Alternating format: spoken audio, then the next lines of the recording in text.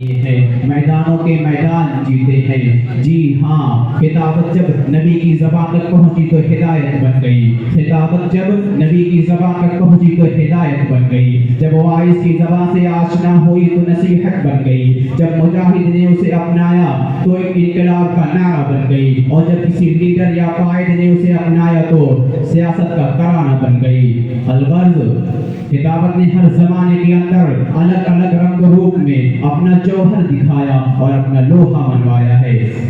حضرات، کیونکہ خطابت میں جادو ہے، سحر ہے، تاثیر ہے۔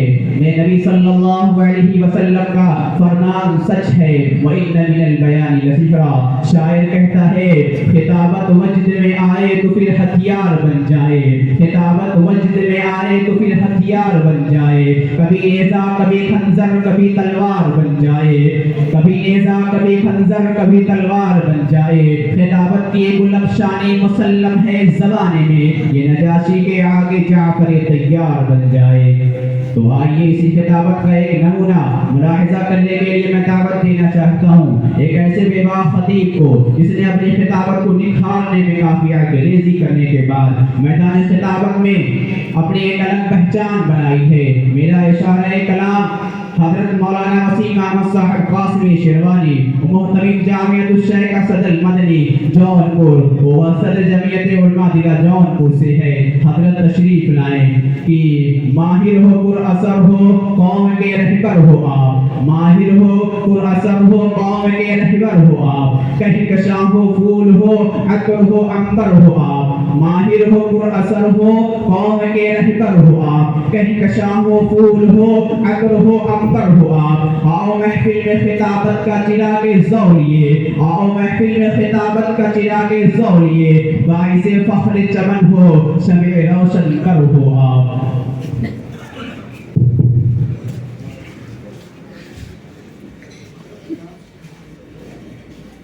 السلام علیکم ورحمۃ اللہ وبرکاتہ۔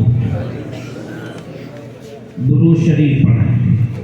اللہم صلی علی محمد النبی الأمی وعلی آلہ وسلم تسلیما۔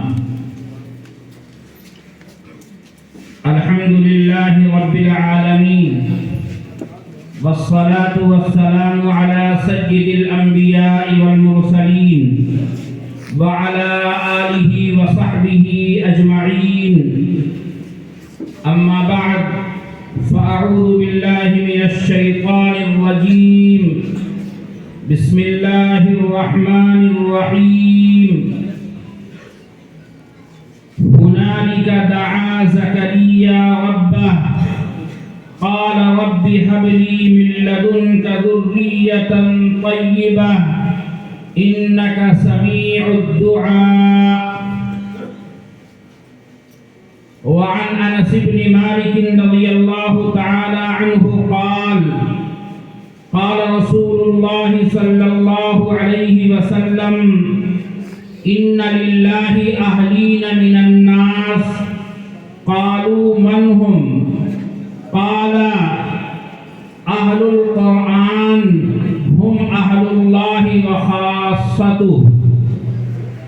وعن أبي هريرة رضي الله تعالى عنه قال قال رسول الله صلى الله عليه وسلم يجيء صاحب القرآن يوم القيامة فيقول القرآن يا رب حلي، فيلبس تاج الكرامة، ثم يقول القرآن يا رب زده، فيلبس حلة الكرامة، ثم يقول القرآن يا رب ارض عنه وارض عنه، ثم يقال اقرأ ويزاد بكل آية حسنة۔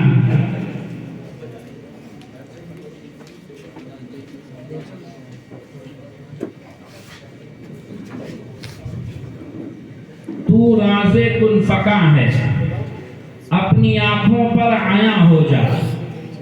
تو راز کن فکا ہے، اپنی آنکھوں پر عیاں ہو جا، خودی کا رازداں ہو جا، خدا کا ترجمہ ہو جا۔